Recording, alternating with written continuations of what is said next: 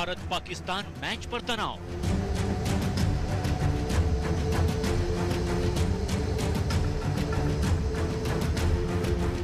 ये तो ये बताता है कि फिरका परस्ती, रेडिकलाइजेशन और हेट्रेड मुस्लिम्स के ताल्लुक से कितना बढ़ चुका है। एक टीम में 11 खिलाड़ी होते हैं, 11 खिलाड़ी में एक मुसलमान होता है, तो आप उसको टारगेट कर रहे हैं लोग। किसानों के नाम पर सियासी तनाव। पूरे देश के किसानों पर सिस्टमैटिकली एक के बाद एक आक्रमण। इससे पहले भी कई बार बात हो चुकी है, लेकिन इसके बाद भी अगर उन्हें लगता है कोई बात बची है तो जरूर सरकार बात करेगी। दलितों के नाम पर वार पलटवार। कानून व्यवस्था के सवाल पर आप देखिए क्या नहीं हो रहा, हत्याएं कहां नहीं हो रही। भगवान राम के नाम पर भी राजनीतिक तनाव। आज जब लगता है कि अब राम के बगैर नैया पार होने वाली नहीं है, तब अयोध्या में राम जन्मभूमि में दर्शन करने भी आ रहे हैं। क्या इस तनाव का एक बड़ा सियासी कनेक्शन है? क्या इस तनाव की जड़ में 2022 का चुनाव है? आज इस सवाल पर दिग्गज नेताओं के साथ होगा सबसे बड़ा सियासी संवाद, क्योंकि मुद्दा कोई भी हो, मंच कोई भी हो, सियासी सेनाएं एक दूसरे पर टूट पड़ रही हैं। तो अगले 1 घंटे देखिए देश की सियासत पर सबसे बड़ा शो।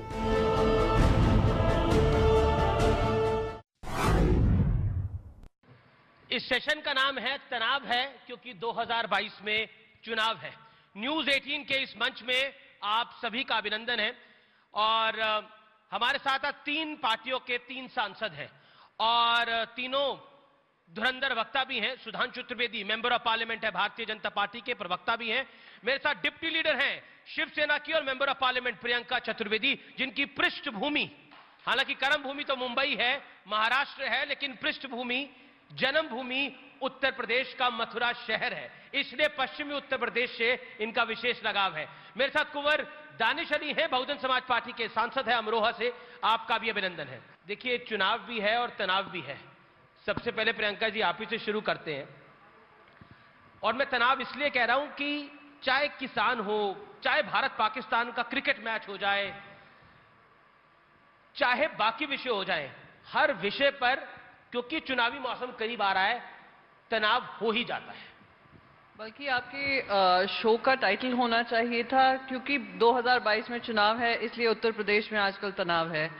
और मैं मुद्दा सिर्फ इंडिया पाकिस्तान मैच या किसानों का तो बहुत ही महत्वपूर्ण मुद्दा है, और खास करके जब लखीमपुर खीरी में हम लोग महाराष्ट्र में देखते हैं जिस तरीके से उनको रौंदा गया, वो उनकी मांगों को अब तक सुनवाई नहीं हो रही है और किसी तरीके की कार्रवाई इन मंत्री साहब पे नहीं हो रही है, ना उनके पुत्र पे हो रही है, तो कहीं ना कहीं प्रश्न चिन्ह उठता है कि क्या उत्तर प्रदेश की जनता के लिए और उत्तर प्रदेश की जनता के लिए यही सरकार सही है, और क्या समय आ गया है इस सरकार को बदलने का।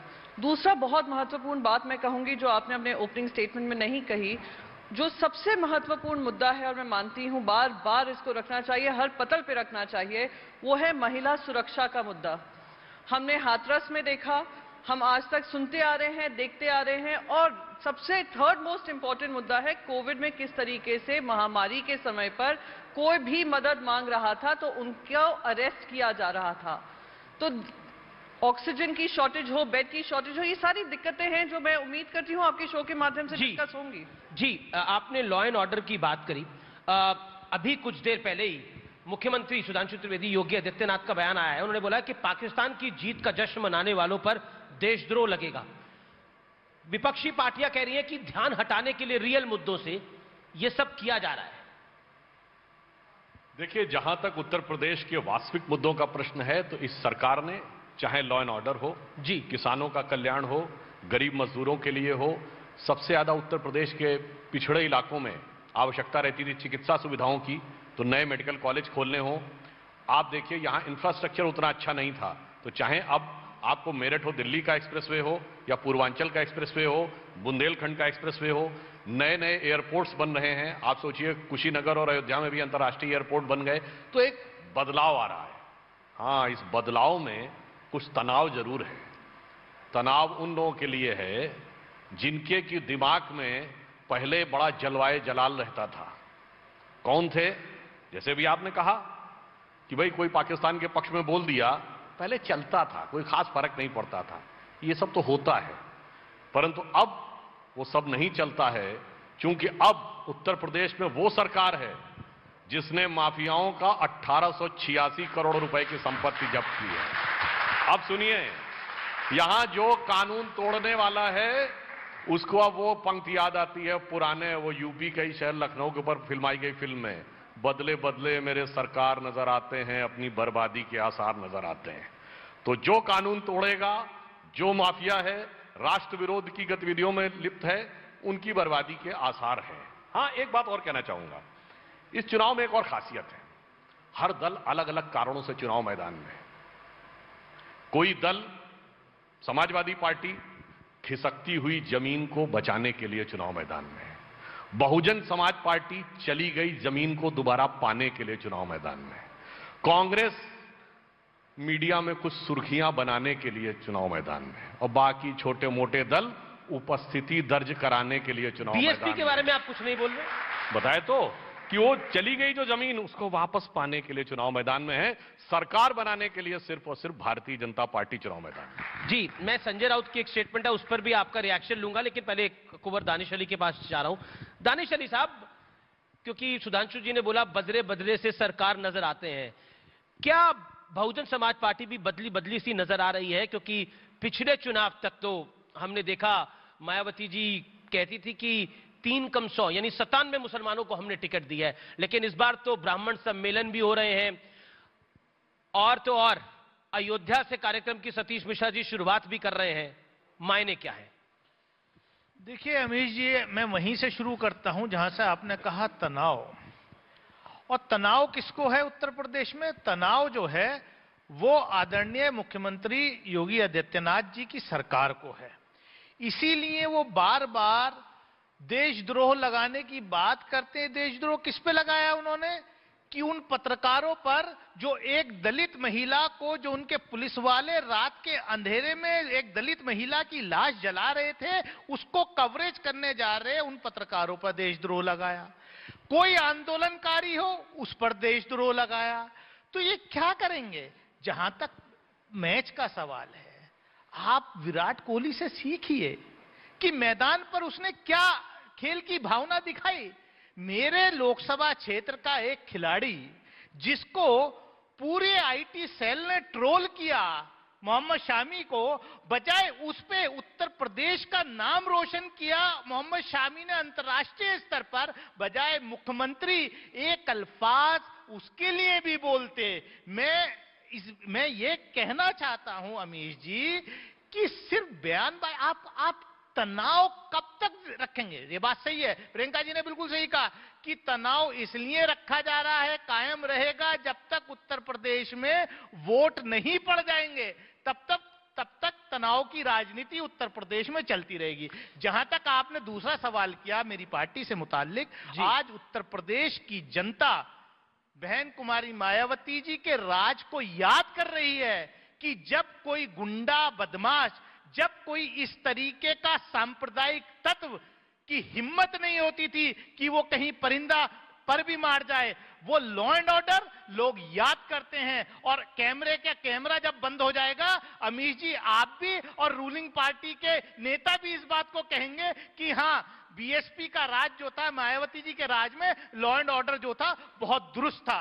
इसलिए लोग जो हैं जी दोबारा याद कर रहे हैं। जहां तक आपने मोहम्मद शमी की ट्रोलिंग की बात हुई, वो तो पाकिस्तान से हो रही थी 90 से 95%, सिर्फ 5% भारत से थी और 5% बांग्लादेश से थी। ये तथ्य हम सामने हैं।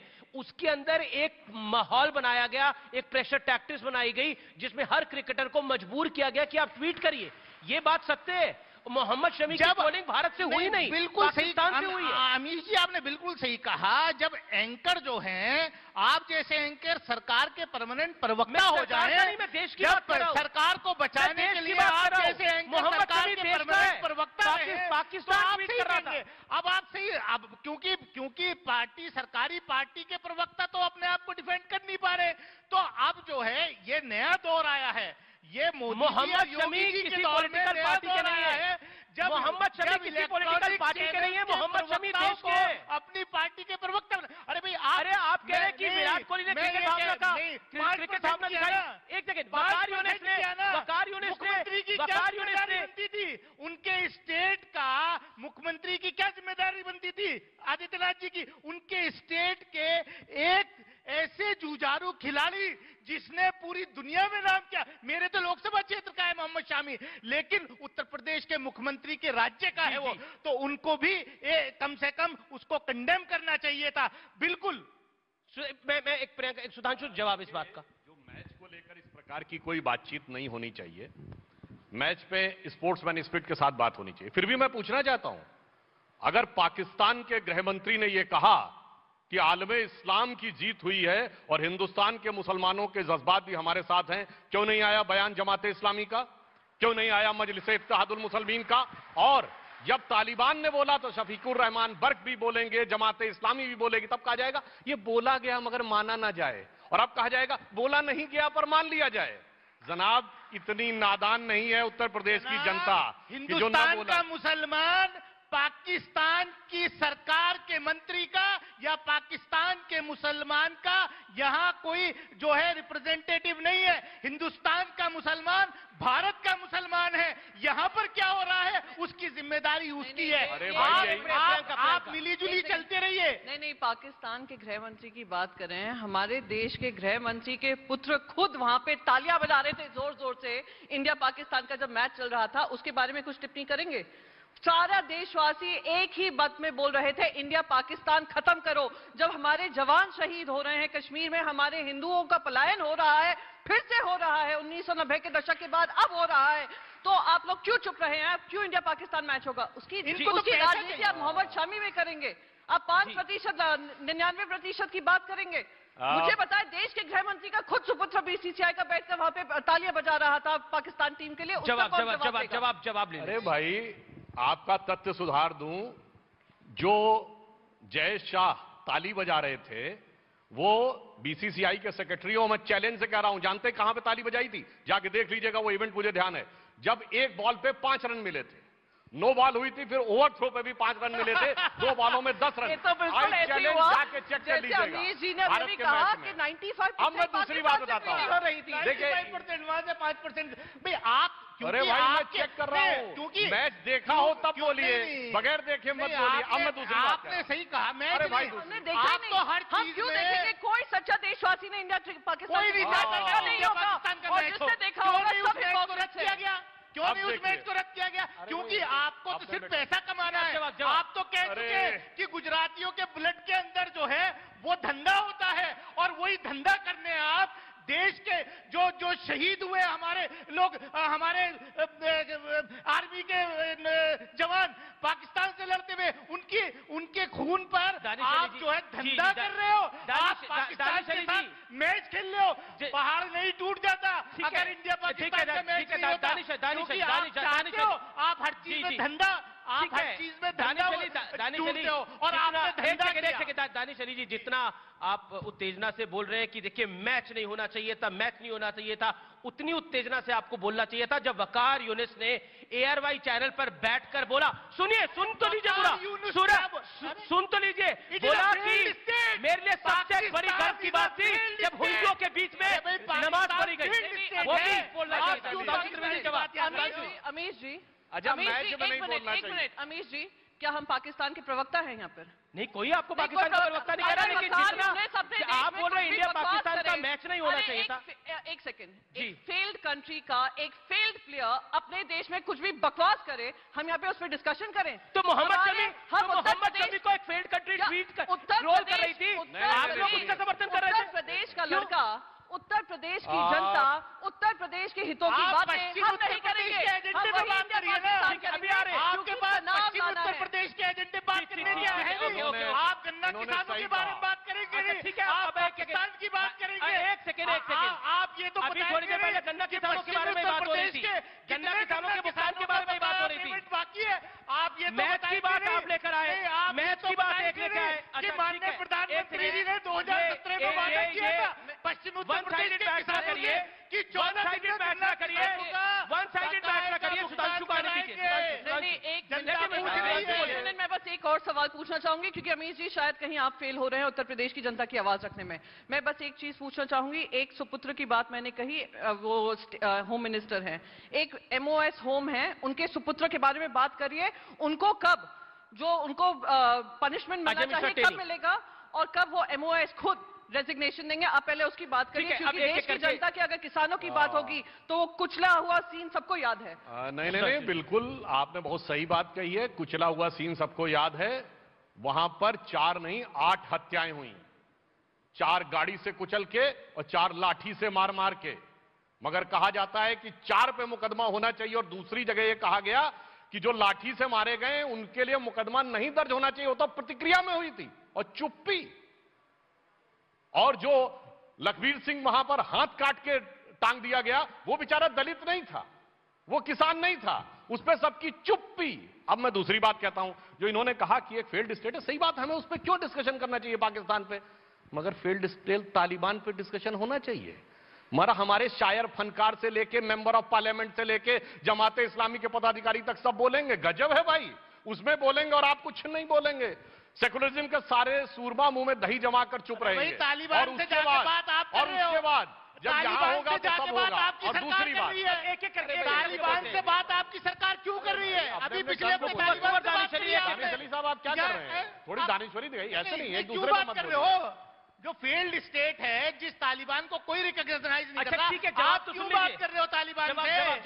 जवाब। अरे भाई, फेल्ड स्टेट की बात आपको बार बार फेल्ड क्यों बात कर रहे हो तालिबान से? क्योंकि आपकी पार्टी, आप यहाँ पश्चिम उत्तर प्रदेश के किसान की बात करिए, पश्चिम उत्तर प्रदेश की महिला की बात करिए, पश्चिम उत्तर प्रदेश के नौजवान की बात करिए। आप अफगानिस्तान, पाकिस्तान, क्योंकि आपके पास कुछ है नहीं, क्योंकि पिछले 5 साल में आपने कुछ किया नहीं उत्तर प्रदेश। ठीक है, जवाब ले लेते हैं ना। साहब, आप फेल्ड इसलिए कह रहे हैं कि हाथी का वजन बहुत हल्का हो गया है, इसलिए यहाँ पर गरिमा बनाए रखिए, यहाँ पे ज्यादा हल्का मत करिए। अब मैं बता रहा हूँ, आपने कहा कि मायावती जी का लॉ एंड ऑर्डर था, बिल्कुल मैं बताता हूँ। 2007 में उत्तर प्रदेश की जनता को याद होगा, एक नारा था, चढ़ गुंडन की छाती पर, मुहर लगाओ हाथी पर। वैसे आजकल भी बोलिए थोड़ा उन लोगों के लिए, किसके लिए आपने बोला था ये चढ़ गुंडन की छाती पर? मगर 2012 में फिर क्यों आपकी सरकार हार गई? क्योंकि तब लोगों का नारा ये हो गया था, सब गुंडे चढ़ गए हाथी पर, गोली मारे छाती पर। तो देश की, प्रदेश की जनता ने यह भी देखा कि सब कहां से कहां पहुंचे थे, इसलिए लॉ एंड ऑर्डर के मामले में सिर्फ और सिर्फ भारतीय जनता पार्टी पूर्णतः असंदिग्ध। क्यों मैं ऐसे बोलता हूं? जब उत्तर प्रदेश की आज जिला अदालतों में धमाके होते हैं, बनारस में, फैजाबाद में, लखनऊ में, आतंकवाद के आरोपियों से केस विड्रॉ। उत्तर प्रदेश की हर जिला अदालत में कहीं भी वकील को मार दिया जाता है। आज अदालतों में वकील सुरक्षित नहीं है। पिछले 1 हफ्ते में 2 वकीलों की हत्या हुई। आपके यहाँ जहां आप ये कॉन्क्लेव कर रहे हैं, 3 दिन पहले यहां भी वकील की हत्या हुई। ठीक है, सुधांशु क्विकली भाई, आपको याद होना चाहिए वो धमाके कब हुए थे। नहीं, मुझे सुनिए, अब आप बोलिए नहीं, बहुत देर आप बोल चुके हैं। आपकी अदालत में वकील सुरक्षित नहीं है। ठीक है, अदालत में वकील सुरक्षित नहीं है। आपका ये लॉ एंड ऑर्डर है उत्तर प्रदेश में। बोलिए, मैं बोल लूं? अब मैं पुलिस कस्टडी में कोई अपराधी को लाया जाता है, वो सुरक्षित नहीं है। अब मैं बताता हूं, 2007 में धमाके हुए थे, 4.5 साल इनकी सरकार रही, कोई कार्रवाई नहीं, और अखिलेश की सरकार आई, केस विड्रॉ, और लॉ एंड ऑर्डर के चैंपियन बने हुए हैं। गजब है भैया, आतंकवादियों के खिलाफ केस विड्रॉ करते हैं और उसके बाद चैंपियन बने हुए। आतंकवादियों को ले जाकर के एयरबस जब हाईजैक हुआ था, आतंकवादियों को ले जाकर के किसने रिलीज किया था भैया? पाकिस्तान को जा रहे हो, तालिबान को जा रहे हो, आप कंधार खुद चले गए। अब आप कंधार खुद चले गए। देखिए एंकर को कैसी परेशानी हो जाती है, देखिए एंकर को कैसी परेशानी हो जाती है। भैया, आतंकवादियों को तालिबानों के हवाले किसने किया था? किसकी सरकार थी? वाजपेयी जी प्रधानमंत्री थे।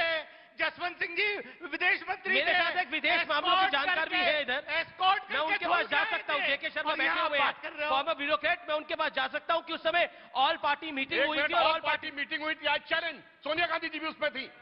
इस ढंग की गैर जिम्मेदाराना बात मत करिए, किसी और बेकार की बात करते हैं। आज जैसे ऑल पार्टी मीटिंग हुई सारी चीजों में, उस समय भी ऑल पार्टी मीटिंग हुई, वरना आप लाइए संसद में विशेषाधिकार, मैं चैलेंज करता हूं। ऑल पार्टी मीटिंग ने ये नहीं कहा था आतंकवादियों को छोड़िए आप, बिल्कुल इस बात की बात हुई। ऑल पार्टी मीटिंग ने कहा था सरकार की बात। और सुनिए, अरे सांसद में लाइए ना, सुधांशु जी यहाँ बात मत करिए, लाइए सांसद में, तो गंभीरता से आप भी बात करिए ना। हवा में बात मत करिए, हवा में बात मत करिए। मीटिंग में हमेशा सरकार को ऑथराइज किया जाता है, जो भी सरकार होती है। ठीक है, ब्राह्मणों का जिक्र किया देश की राजनीति के अंदर या फिर उत्तर प्रदेश की राजनीति के अंदर सडनली हमें दिख रहा है कि ब्राह्मण बड़े महत्वपूर्ण हो गए हैं। बीजेपी भी ब्राह्मण सम्मेलन कर रही है, सपा भी ब्राह्मण सम्मेलन कर रही है, बीएसपी भी ब्राह्मण सम्मेलन कर रही है। आप महाराष्ट्र से राज्यसभा सांसद हैं, आपकी टिप्पणी क्या है इसके ऊपर? नहीं, मेरी टिप्पणी जातिवाद के आधार पे नहीं होगी, ना मैं मानती हूं धर्म के आधार पे होगी। मेरी टिप्पणी इसलिए मैंने कहा, उत्तर प्रदेश का सुख किसने लूटा? उत्तर प्रदेश में सभी धर्म, सभी जातियां, सभी एक साथ हैं। उनको आपस में भिड़ाना इसलिए किया जा रहा है क्योंकि तनाव फैलाना चुनाव से पहले भारतीय जनता पार्टी का काम हो गया है और एजेंडा। जी, मैं एक कुंवर दानिश अली, बहुजन समाज पार्टी जब पॉलिटिक्स में आई, स्वर्गीय काशीराम थे, और लगभग मुझे 20-21 साल हो गए पत्रकारिता को करते करते, और उस समय एक नारा था, तिलक तराजू और तलवार डैश डैश डैश, आगे था आपको पता है क्या था। वहां से यहां तक, यानी तिलक तराजू और तलवार इनको मारो जो था आपको पता है, वहां से ब्राह्मण सम्मेलन तक, ये सफर कैसा लग रहा है आपको?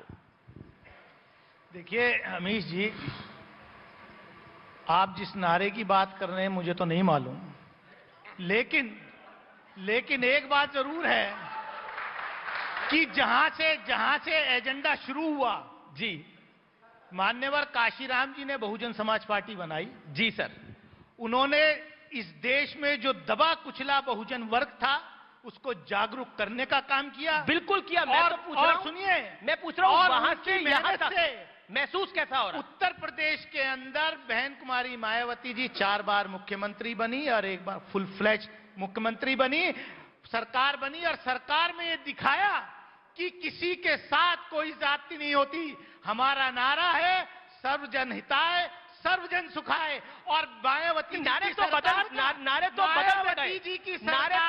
गए। आप इतिहास उठा के मैं इतिहास को उठा रहा हूं, किसी के साथ भाई साहब, मैं इतिहास को उठा रहा हूं। मैं भी आप इतिहास में एक रिविजिट कर लेते हैं, नारे रिविजिट कर लेते हैं। जब शुरू हुई तिलक तराजू और तलवार इनको मारो डैश डैश डैश, आगे फिर हुआ चरगुंडन की छाती पर मोहर लगाओ हाथी पर, हाथी शंख बजाएगा, गणेश ब्राह्मण शंख बजाएगा, हाथी बढ़ता जाएगा, ये आया, और अब ब्राह्मण सम्मेलन तक। तो इतिहास तो ये है। नहीं, मजेदार बात जानते क्या है, जहां तक मेरी जानकारी है आपकी नेताजी ईश्वर के नाम की शपथ नहीं लेती है, मगर रैली में नारा लगता है हाथी नहीं गणेश है, ब्रह्मा विष्णु महेश है। इसे कहते हैं dichotomy of the character. Amish ji, कम से कम इतना है, हमारी नेता बिन बुलावे बिरयानी खाने नहीं चली। अब आप पाकिस्तान जा रहे हैं दोबारा। बुलावे पाकिस्तान बिरयानी खाने नहीं चली। नहीं, सुनिए, हमारी नेता जो है, सुनिए, हमारी नेता कम से कम ये पाकिस्तान पहुंचना है आपको। सुनिए, बिरयानी इनकी नेता बहुत महान नेता हैं, जिनका स्टेटमेंट आपको याद है, चढ़ावा देवी पे मत चढ़ाओ, मैं ही देवी हूं, मेरे पे चढ़ावा चढ़ाओ। ये डायलॉग तो किसी नेता ने नहीं बोला हुआ, खुद को भगवान देवी कह दिया। और सुनिए, एक अब मुझे पूरी बात करने दीजिए। और उत्तर प्रदेश की राजनीति में बड़ा परिवर्तन आ रहा है। प्रियंका गांधी देवी स्तुति कर रही हैं और चंडी पाठ करने लगी हैं। देश की राजनीति में आप देखिए तो ममता बनर्जी अपना गोत्र बता रही है, राहुल गांधी अपना जनेऊ दिखा रहे हैं, रोजा अवतार की पार्टी गायब हो गई है, और मायावती कह रही हाथी नहीं गणेश है, ब्रह्मा विष्णु महेश है। अरे पहले गाजियाबाद में हज हाउस चमकता दिखता था, अब राम मंदिर की पताका बढ़ती हुई दिख रही है। बदलाव तो बहुत आया है, इसको सिर्फ चुनाव से मत देखिए, ये देश की तकदीर में, मुस्तकबिल में बड़ा बदलाव है। अमीर जी, इन्होंने कहा उत्तर प्रदेश की बात। नहीं, अब तो आपको शिवसेना भी सेकुलर लग रही है। जवाब तो दे दूं। अब तो शिवसेना भी सेकुलर लग रही है। जवाब तो दे दूं मान्यवर। जी जी सर। 900 चूहे खा के बिल्ली हज को चली। किसने देखा कैमरा पर भारतीय जनता पार्टी के राष्ट्रीय अध्यक्ष को पैसे गिनते हुए? किसने देखा बंगारू लक्ष्मण को पैसे गिनते हुए? आपने भी शायद दिखाया होगा। बीजेपी के राष्ट्रीय अध्यक्ष एक दिलीप सिंह जुदेव होते थे, मंत्री तो नहीं रहे सरकार में, उनको पैसे गिनते हुए 900 चूहे खा के बिल्ली हज को चली। ये लोग दूसरों पर आरोप लगा के प्रियंका जी भ्रष्ट पार्टी अगर कोई है, किसी के पार्टी के राष्ट्रीय अध्यक्ष को ये मतलब कन्विक्शन हुआ, जेल हुई, कोर्ट ने कन्विक्ट किया, अरे क्या बात करते, कुछ तो शर्म लिहाज। ठीक ठीक ठीक है सुधांशु 10 सेकंड प्रियंका जी। एक लाइन बोल दो मत। वैसे नोटों की माला पहने हुए किस नेता को देखा था आप लोगों ने? वो भी तो राष्ट्रीय अध्यक्ष थी ना कहीं की। और दूसरी बात, कोर्ट ने सुनिए, इन्होंने बड़ी अच्छी बात बोली। अरे भाई आपने बोलिए ना, 900 चूहे खा के बिल्ली हज को चली। साहब जब से हमारी सरकार आई हज सब्सिडी बंद हो गई। और ये भी समझिए हज में एक और बात थी, मुस्लिम महिलाओं को जाने के लिए एक पुरुष साथी की जरूरत होती थी, जिसे मेहरम की परंपरा कहते थे, वो भी बंद कर दिया। अब चाहे तो महिला अकेले जा सकती है। जवाब दूंगा। हज पे हो गया जवाब। हज सब्सिडी सरकार ने बंद नहीं की और अभी भी कुछ पार्ट जारी है। इस देश के मुसलमानों ने, हज कमेटीज ने बार बार सरकारों से निवेदन किया कि हमें मोदी ने, नरेंद्र मोदी ने आपकी बात मान ली, ऐसे ले लेते हैं। एक मिनट सुनिए, नहीं तथ्य सामने आने दीजिए। जी जी। हज सब्सिडी किसी हाजी को नहीं मिलती थी, एयर इंडिया को मिलती थी। एयर इंडिया, क्योंकि इंटरनेशनल फ्लाइटें अगर आप ऑक्शन वो करते तो सस्ते में जाती, लेकिन एयर इंडिया का पेट भरने के लिए सरकार एयर इंडिया को पैसे देती थी, किसी हाजी को पैसे नहीं देती। Priyanka ultra right wing party Shiv Sena को माना जाता था, अब वो भी सेकुलर हो गई। नहीं, एक सेकंड, मुझे ये समझ में नहीं आता है, आप बार बार सेक्युलर कोई अब्यूज की तरह इस्तेमाल करते हैं, जैसे कोई गाली दे रहा है। आपको ये गाली क्यों लगती है? कौन गाली कह रहा है? मैं तो बोलूं अब तो सेकुलर पार्टी हो गई है, अल्ट्रा राइट विंग पार्टी। मैं बताती हूँ। नहीं, मैं कोई सेक्युलर और अल्ट्रा राइट भारतवर्ष में नहीं है। महाराजा छत्रपति शिवाजी का ऐतिहासिक महाराष्ट्र और उत्तर प्रदेश की मैं इतिहास बताना चाहती हूँ। ऐतिहासिक, पारंपरिक और संस्कृति से जुड़ा हुआ रिश्ता है। और महाराजा छत्रपति शिवाजी बाकायदा अगर हिंदुओं की रक्षा करते थे तो मुसलमानों का भी संरक्षण करते थे। वो सही मायने में सेक्युलरिज्म माना जाता है। इस देश में कुछ लोगों ने, शिवाजी ने लड़ाई मेरे लेफ्ट में हो या मेरे राइट में हो, उन्होंने इसको खत्म करने का काम किया हो। शिवसेना उस पर चिन्हों पे चलती आई है और आगे भी चलती रहेगी। और हमारे संरक्षण में, हमारी सरकार में हम सबको एक नजरिए से देखते हैं, ना कि उनको राजनीति के नजरिए से। दूसरी बात कहना चाहूंगी, शिवसेना का रिश्ता अयोध्या से भी पुराना है, राजनीति से जुड़ा हुआ ये रिश्ता नहीं था। ये रिश्ता हमारी संस्कृति और हमारी परंपरा से जुड़ा हुआ रिश्ता था, जो हम बाकायदा अभी भी निभा रहे हैं। और मैं इनको खुली चुनौती देती हूं। हमारे मुख्यमंत्री सबसे पहले मुख्यमंत्री थे इस देश के, जैसे ही सुप्रीम कोर्ट का वर्डिक्ट आया था, सबसे पहले वहां पर पहुंचे थे राम मंदिर, रामलला के दर्शन करने। ये बात करेंगे सेक्युलरिज्म की, और ये बात करेंगे कौन ज्यादा बड़ा है। भाई बहुत मजेदार बात कर दी। शिवसेना को सेक्युलर बनाते बनाते छत्रपति शिवाजी को भी सेक्युलरिज्म में ले आया गया, जिनके साम्राज्य का नाम था हिंदू पद बादशाही। और जिनके लिए अब बात कर दो, जिनके लिए कविराज भूषण ने लिखा, सुनिए, जिनके लिए कविराज भूषण ने लिखा, जो उत्तर प्रदेश के थे, राखी हिंदुवानी हिंदुवान का तिलक राखो, स्मृति पुराने राखी वेद धुन सुनी में, और शाही के सपूत शिवराज शमशीर तेरी दिल्ली दल दाब के दीवाने राखे दूनी में। और आप बता रहे हैं सेकुलर। और उन्होंने ये लिखा कि जाके हद मर हट्ठन की, उन्होंने लिखा मथुरा मदीना होती, काशी काबा होती, और शिवाजी ना होते तो सुन्नत होती सबकी। क्या बात कर रही है आप? शिवाजी को भी सेक्युलरिज्म में ले आए। इसलिए मैं कहना चाहता हूं, आप सरकार बदलिए, इतिहास बदलने का प्रयास मत करिए। और मैं बताता हूं सेक्युलरिज्म क्यों गाली हो गया, आज मैं बताता हूं। उत्तर प्रदेश में जब तक 1976 में भारत के इतिहास में, एक मिनट, इसी तरीके का मैं बता रहा हूं, सुनिए ना उनकी डेवलपमेंट का होगा। अरे भाई सुनिए, उनको बांटने का काम होता रहा है और ये बदलना बहुत जरूरी है। ओहो, बता रहा हूं।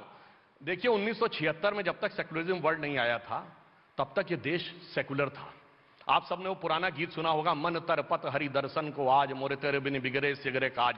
किसने गाया? मोहम्मद रफी ने। लिखा किसने? शकील बदायूनी ने। संगीत किसने दिया? नौशाद अली ने। कोई प्रॉब्लम नहीं थी। ये सेकुलरिज्म था। ये उत्तर प्रदेश था जहां एक से एक मुसलमानों में पैदा होते थे फनकार, जहां पे कैफी आदमी होते थे, अकबर इलाहाबादी होते थे, जिगर मुरादाबादी होते थे, मजरू सुल्तानपुरी होते थे, जोश मलियाबादी होते थे, और एक से एक देशभक्त होते थे। अशफाक उल्लाह खां होते थे, ब्रिगेडियर मुस्बान होते थे, और वीर अब्दुल हमीद होते थे। और जब से सेकुलर हो गया तब से अबू सलेम, छोटा शकील, मुख्तार अंसारी, अतीक अहमद, और यही प्रतीक बना दिए गए। साहब, इस सेकुलरिज्म ने सिर्फ देश का नुकसान नहीं किया, मुस्लिमों का भी बहुत नुकसान किया, और उत्तर प्रदेश की गरिमा का भी नुकसान जिक्र किया। मैं अपने व्यूअर्स को बताना चाहता हूं, थोड़ी जानकारी जानी चाहिए। 1976 में सेकुलरिज्म को इंदिरा गांधी इमरजेंसी के दौरान लेके आई, जब देश में इमरजेंसी लगी थी और विपक्ष के नेता जेल में थे। असली इमरजेंसी 1976 सुधांशु, असली इमरजेंसी 1976 में लगी थी, 1975 में लगी थी, जब सेकुलरिज्म शब्द को भारत के संविधान में शामिल किया गया। बाबा साहब भीमराव अंबेडकर सेकुलरिज्म का शब्द भारत के संविधान में नहीं लेके आए। कांग्रेस का शासन था, इमरजेंसी लगी हुई थी, स्वर्गीय इंदिरा गांधी जी ने शब्द को शामिल करा। बाबा राव बी आर अंबेडकर साहब इसको नहीं लेकर आए। जवाब नहीं, मैं ये भी बात कह दूं, कॉन्स्टिट्यूएंट असेंबली की डिबेट, कॉन्स्टिट्यूएंट असेंबली की डिबेट पढ़ लीजिए। बाबा साहब अंबेडकर के जमाने में रिजेक्ट हुई। मैं बता दे रहा हूं, यह विषय उठाया था केटी शाह ने, फिर उसके बाद एचसी मुखर्जी, लोकनाथ मिश्रा, जवाहरलाल नेहरू, इन्होंने इस पे अपने डिबेट्स दी, और बाबा साहब अंबेडकर के संविधान ने रिजेक्ट किया। मगर बाबा साहब अंबेडकर ने कहा था संविधान की प्रस्तावना संविधान की आत्मा है, उस आत्मा को कुचलकर आत्मा में शब्द डाला। आपने शिवाजी को सेकुलर बना दिया। शिवाजी, आपने बोला ना शिवाजी सेकुलर थे। एक मिनट, बिल्कुल थे। हिंदू धर्म बाय नेचर, हिंदू धर्म by nature is inclusive. Hindu धर्म by nature wants to respect all। आज हमारे देश में आप लोग माइग्रेंट से चिढ़ने लग गए हैं, जो भी आपकी दिक्कतें हैं आप बोलने लग गए, हिंदू मुसलमान करने लग गए हैं। पर मेरे देश में इंक्लूसिव नेचर क्या होता है? जब पार्टी देश में आता है, जब तिब्बत से लोग भागकर हमारे देश में आते हैं, शरणार्थी बनते हैं। आप हमारे हिंदू धर्म को, ये सेक्युलर धर्म का जो बात की जाती है, ये जो अब्यूज मानने लगे हैं, आप हमारे हिंदू धर्म की इंसल्ट करते हैं। और अगर आज छत्रपति शिवाजी की मैंने बात उठाई है, मैंने इस संदर्भ में उठाई है कि जब वो वहां से छत्रपति शिवाजी ने मुगल काल के विरुद्ध लड़ाई लड़ी। ऑफ कोर्स उन्हें लड़ा था, बिल्कुल लड़ा था। और मैं वही बात आपको कराना चाह रही हूं कि उनसे उत्तर प्रदेश का क्या रिश्ता था। जब उनके बेटे मथुरा में उनको छोड़ना पड़ा था, उनके बेटे को एक वहां के धर्मगुरु यहां पे वापस महाराष्ट्र लेकर आए थे। जब छत्रपति शिवाजी वो बने थे, छत्रपति जी का उनको खिताब मिला था, वो मथुरा के एक पंडित थे जिन्होंने उनको ये खिताब दिया था। तो आप मुझे हिंदू धर्म और छत्रपति शिवाजी महाराज का इतिहास सिखाने की कोशिश ना करिए, ना उनके बदलने की कोशिश करिए। ठीक है, बदलने की नहीं कोशिश, ये बात सही है। और लास्ट बात में मुझे समझ में नहीं आया आपका पॉइंट क्या था। बाबा साहेब अंबेडकर जब कॉन्स्टिट्यूएंट असेंबली डिबेट्स भी हो रही थी, मैं आपको बताना चाहती हूं, उसमें यह भी डिस्कशन हुआ था महिलाओं का रिजर्वेशन होना चाहिए या नहीं होना चाहिए। वहां पर बात यह हुई थी कि रिजर्वेशन की जरूरत नहीं है, जब हम उनको इक्वल राइट्स दे रहे हैं, इक्वल सिटीजन्स बना रहे हैं, तो उनको रिजर्वेशन की जरूरत नहीं पड़ेगी। आज क्या क्या हमारे देश में हुआ है कि आज तक हमारी महिलाओं को जो अधिकार होने चाहिए थे, जो उनका रिप्रेजेंटेशन होना चाहिए था, वो भी नहीं हुआ। उसके बारे में भी आप बात करें। बिल्कुल, मैं कुबर दानिश अली, प्रधानमंत्री ने दिया तो जा रहा है, 40% दिया जा रहा है जी। कांग्रेस पार्टी ने कहा है। रोका? सुनिए तो जी तो हमेशा एक कदम आगे बढ़ते हैं, 50% कर दें। देखिए कितना बढ़िया काम किया जा रहा है। कांग्रेस पार्टी ने कहा है, बहन प्रियंका ने, कि 40% देंगे। कहां देंगे? उत्तर प्रदेश में, जहां फटकचंद गिरधारी ना लुटिया ना थारी कांग्रेस के पास। अरे कहो ना पंजाब में देंगे, कहो ना राजस्थान में देंगे, कहो ना छत्तीसगढ़ में देंगे। तो ये मत समझिए कि उत्तर प्रदेश की बहनों को खाली थाली दिखा के ताली बजवा ले जाएंगे। अच्छा, बहन प्रियंका गांधी है, प्रियंका चतुर्वेदी आपके लिए, प्रियंका गांधी जी के लिए मुझे पता है, मैं ऐसे वादे भी नहीं करूंगी जो मैं पूरे नहीं कर पाऊं। तो मैं बस ये चीज कहूंगी कि योगी जी हमेशा एक कदम आगे रहते हैं, 40% का 50% कर दें हम। तो क्या मतलब ये अच्छा पॉइंट है प्रियंका जी का। तो योगी जी, मतलब आपकी सरकार तो बहुत बड़ा सोचती है, तो क्या इसमें भी कुछ बड़ा सोच रही है? भारतीय जनता पार्टी दुनिया की पहली पार्टी है जिसने अपने संविधान में, संगठन में 1/3 महिलाओं को आरक्षण दिया। 2008 जनवरी में राष्ट्रीय परिषद में हमने किया। मोदी जी की सरकार में आप देखिए, आज देश में सबसे ज्यादा महिलाएं केंद्रीय मंत्रिमंडल में हैं, तो इस समय है।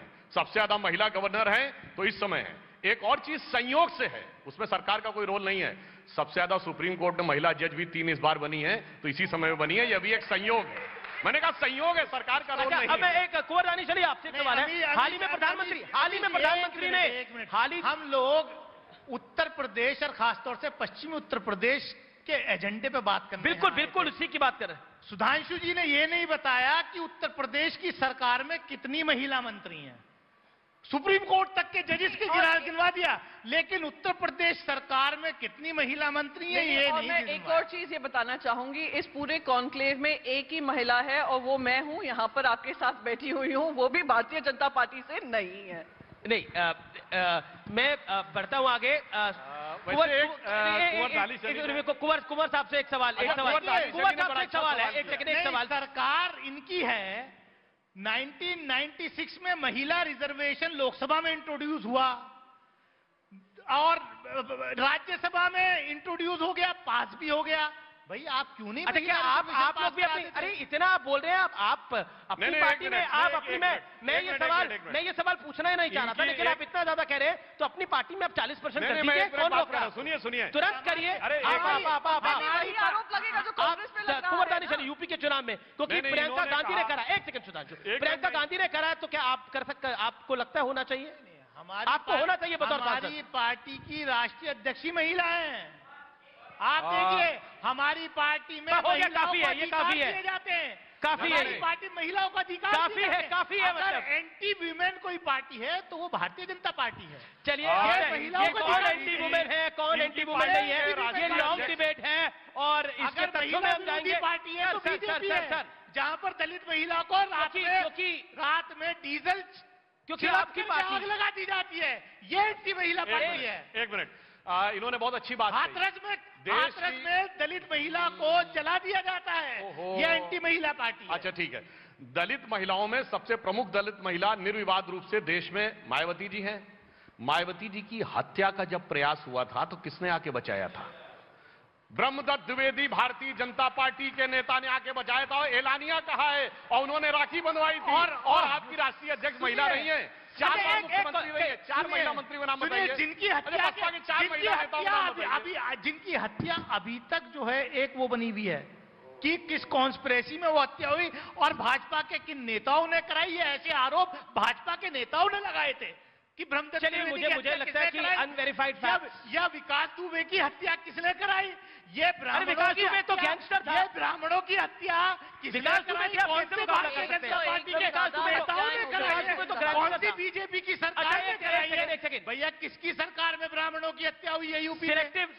प्रधानमंत्री मोदी ने द्विवेदी की हुई हो चाहे विकास दुबे की हुई हो, आपकी सरकार में हुई है। कुछ दिनों पहले कुंवर साहब एक सेकंड, कुछ दिन पहले प्रधानमंत्री ने बोला था कि सिलेक्टिव सोच देश में बेहद खतरनाक है। हम देखते हैं कि यूपी में अगर दलित की हत्या होती है, मर्डर होता है, कोई क्राइम होता है तो उसको क्राइम से ज्यादा पॉलिटिकल दृष्टि से देखा जाता है। अगर यही घटना किसी और राज्य में हो जाए, महाराष्ट्र में हो जाए, राजस्थान में हो जाए, तो उस दृष्टि से नहीं देखा जाता। इस पर क्या बोलेंगे आप, जो प्राइम मिनिस्टर ने बोला? देखिए, घटना कहीं भी हो उस घटना की आलोचना की जाती है और हम लोग तो देश के किसी कोने में घटना हो उसकी आलोचना करते हैं।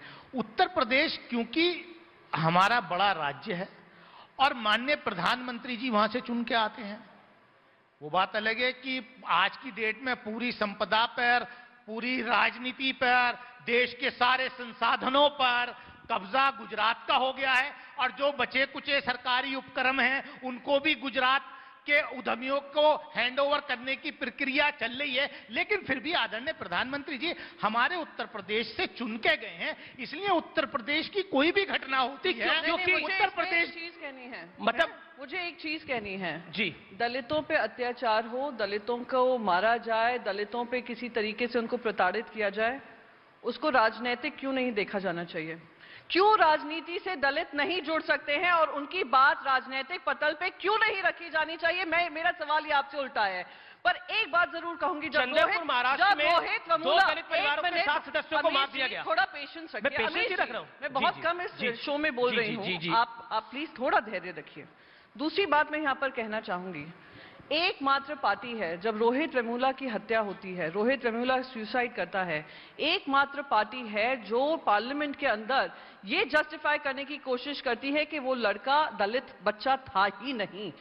जब हाथरस में एक दलित बच्ची के साथ ये कांड होता है और रातों रात उनके परिवार को वहां पे जाने भी नहीं दिया जाता है, उनको डीजल, जैसे बता रहे हैं, डीजल से जाकर उनको आग लगा दी जाती है, उनका पूरा कैरेक्टर असैसिनेशन करने का काम एकमात्र पार्टी करती है, पूरी पीआर एजेंसी लगाकर करती है, उस पर सवालिया निशान उठेंगे ही।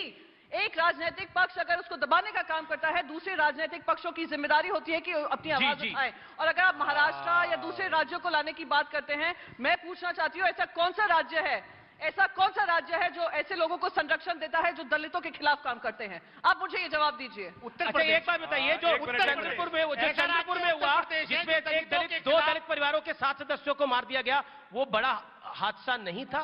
21 अगस्त को हुआ, 21 अगस्त को, कौन से साल? 21 अगस्त 2021 में काला जादू के शक में 2 दलित परिवारों के 7 सदस्यों को भीड़ ने पीट दिया, लिंचिंग हुई दलितों की, वो विषय नहीं है। मैं अमीश जी, मैं आपसे एक स्टेटमेंट आप मुझे बता दीजिए, हमारी सरकार का, हमारे मुख्यमंत्री का, हमारे किसी भी मंत्री का, जिन्होंने इस पे पर्दा डालने का काम किया हो, या एक एफआईआर एजेंसी हायर की हो वो दबाने का काम करने का, या उन्होंने कहा हो इनको हम जस्टिस नहीं दे सकते हैं, आप मुझे इसका जवाब दीजिए। क्या आपको लगता है हाथरस में जस्टिस नहीं मिला? मैं जवाब देना चाहता हूं। जस्टिस मिला है? आपने कहा, एक मिनट, रोहित वेमुला दलित नहीं है, ये किसने कहा? ये तेलंगाना के डीएम ने कहा। तेलंगाना में बीजेपी की सरकार नहीं है, तेलंगाना में बीजेपी की सरकार नहीं है, वहां के डीएम ने कहा। जाके चैलेंज करिए उसको, टीआरएस को। दूसरी बात, आपको याद है रोहित वेमुला की मां का इंटरव्यू उसके 1 साल के बाद, कि जमाते इस्लामी वाले कह के गए थे कि मकान देंगे, 25 लाख रुपए देंगे, और केवल 2 लाख रुपए दिए। ये षड्यंत्र है हकीकत में। बहन कुमारी मायावती ने 4 टुकड़े करने का प्रस्ताव पारित किया था, और क्यों किया था? तब उनके मन में महत्वाकांक्षा जग गई थी कि अब मैं राष्ट्रीय राजनीति पे जाऊंगी, और कोई यूपी का सीएम बन गया तो हमसे बड़का नेता हो जाएगा, तो 4 टुकड़े करके रह जाओ। पर हुआ क्या? चले थे चौबे छब्बे बनने, रह गए दूबे। ऐसी सोच इनकी पार्टी की होती है, बड़ा बोलते हैं ना, 4 टुकड़े। दानिश जी, सुधांशु जी,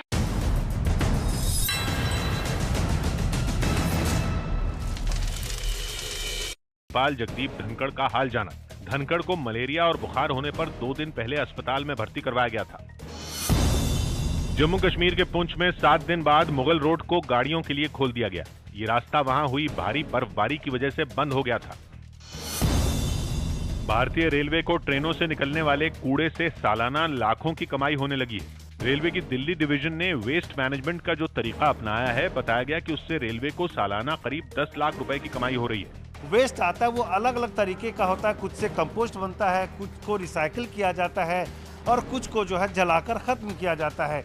रेलवे ने इस काम का जिम्मा एक निजी कंपनी को दिया है, जो ट्रेनों से निकलने वाले कूड़े को उठाकर न केवल रेलवे की सफाई में मदद करती है, बल्कि उसे कई तरह से इस्तेमाल लायक भी बनाती है। जो चीज से हम एनर्जी जनरेट कर सकते हैं उसको एनर्जी में वहाँ पे डाल देते हैं, जिस चीज को रिसाइकल हो सकता है उसको रिसाइकल में करा सकते हैं। टीवी अभिनेत्री काम्या पंजाबी मुंबई में कांग्रेस पार्टी में शामिल हो गई। यूपी के मऊ में समाजवादी पार्टी की एक रैली हुई, जिसमें अखिलेश यादव के साथ उनके नए सहयोगी ओम प्रकाश राजभर भी दिखाई दिए। अगले साल राज्य में विधानसभा चुनाव होने हैं और इस बार समाजवादी पार्टी ने ओम प्रकाश राजभर की सुहेलदेव भारतीय समाज पार्टी के साथ गठबंधन किया है। अपनी अलग पार्टी बनाने जा रहे कैप्टन अमरिंदर सिंह ने पंजाब विधानसभा चुनावों में बीजेपी के साथ ही अकाली दल से अलग हुए गुट से तालमेल करने के संकेत दिए। कैप्टन ने दावा किया कि कांग्रेस को सत्ता से दूर रखने के लिए वो आपसी सहमति से हर सीट पर उम्मीदवार उतारेंगे, लेकिन कोई गठबंधन नहीं बनाएंगे। Not alliance. We are not doing alliances. We are doing seat adjustments. There's a difference. Captain के बागी तेवर देख कांग्रेस ने पूर्व मुख्यमंत्री पर हल्ला बोल दिया। आप पंजाब विरोधी लोगों के साथ हाथ मिला रहे हो, पंजाब कभी माफ नहीं करेगा। T20 वर्ल्ड कप में पाकिस्तान की जीत का जश्न मनाने की आरोपी उदयपुर की टीचर को जमानत मिल गई।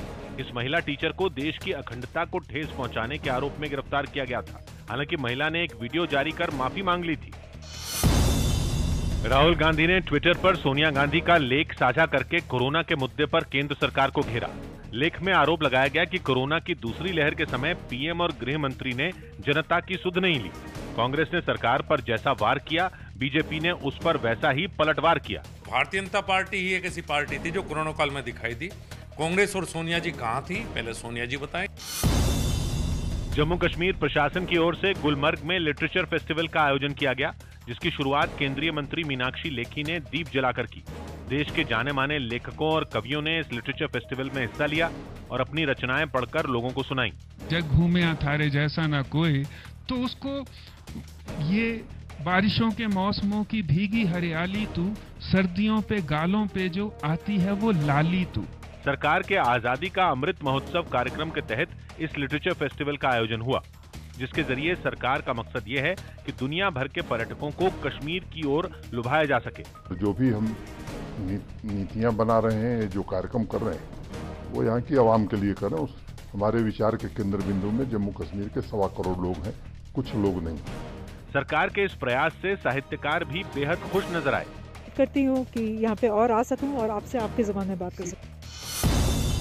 पश्चिम बंगाल के रायगंज से बीजेपी विधायक कृष्ण कल्याणी दास टीएमसी में शामिल हो गए। उन्होंने कुछ दिन पहले बीजेपी छोड़ दी थी।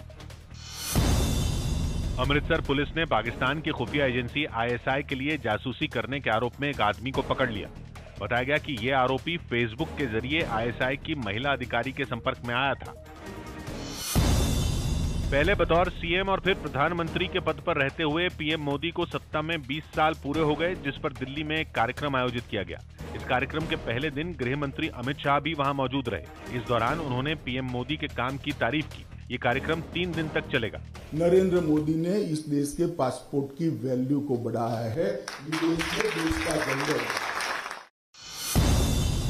खबर है कि भारत विरोधी गतिविधियों में शामिल कई लोगों के खिलाफ सरकार ने बड़ा कदम उठाया। सरकार ने कनाडा समेत दूसरे देशों में रह रहे भारतीय मूल के ऐसे लोगों के वीजा रद्द कर दिए। इनमें कई ऐसे भी हैं जिन पर किसान आंदोलन की आड़ में भारत की छवि खराब करने का आरोप है। पटना के गांधी मैदान में अक्टूबर 2013 में हुए बम धमाकों के मामले में 9 आरोपियों को दोषी करार दिया गया। हालांकि एनआईए कोर्ट ने एक आरोपी को बरी कर दिया। केस की गंभीरता को देखते हुए हम लोग यथासंभव कोशिश करेंगे मैक्सिमम सेंटेंस दिया जाए। पंजाब में अगले साल होने वाले विधानसभा चुनाव के बीच दिल्ली के सीएम अरविंद केजरीवाल सुबह फिर वहां का दौरा करेंगे। अपने 2 दिनों के इस दौरे में वहां वो कई किसानों और कारोबारियों से मुलाकात करेंगे।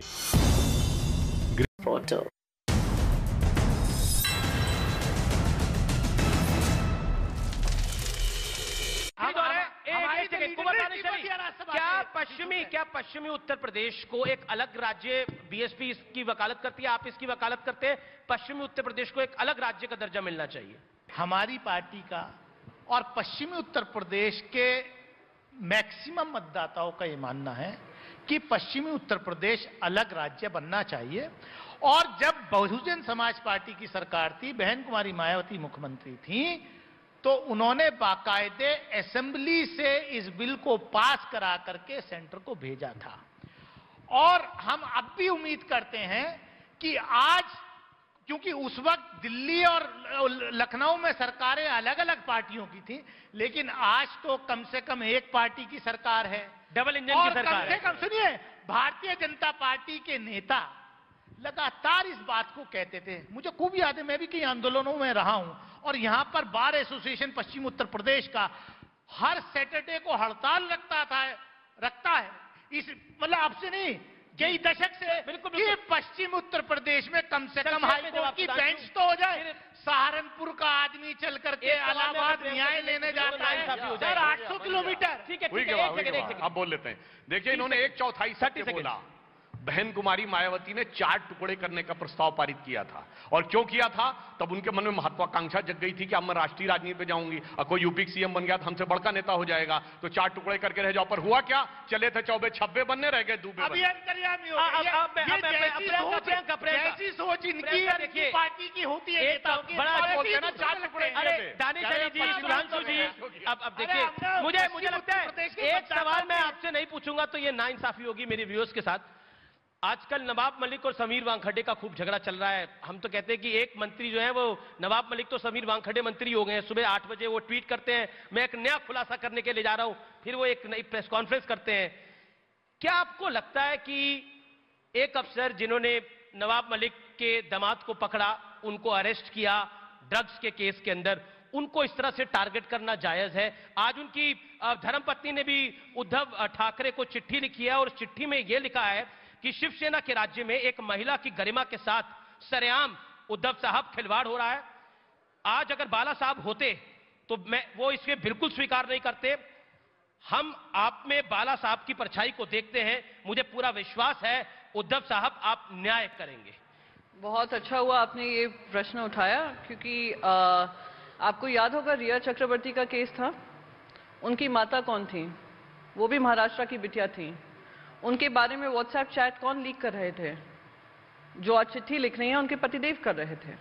रही बात नवाब मलिक के बेटा या जमाई जिसको भी किया था, वो उनका जुडिशियल प्रोसेस चालू है। मैं आपसे बस एक सवाल पूछना चाहती हूँ। पर टारगेटिंग ठीक है ऑफिसर भाई साहब, बोलने का मौका दीजिए यार। जी जी।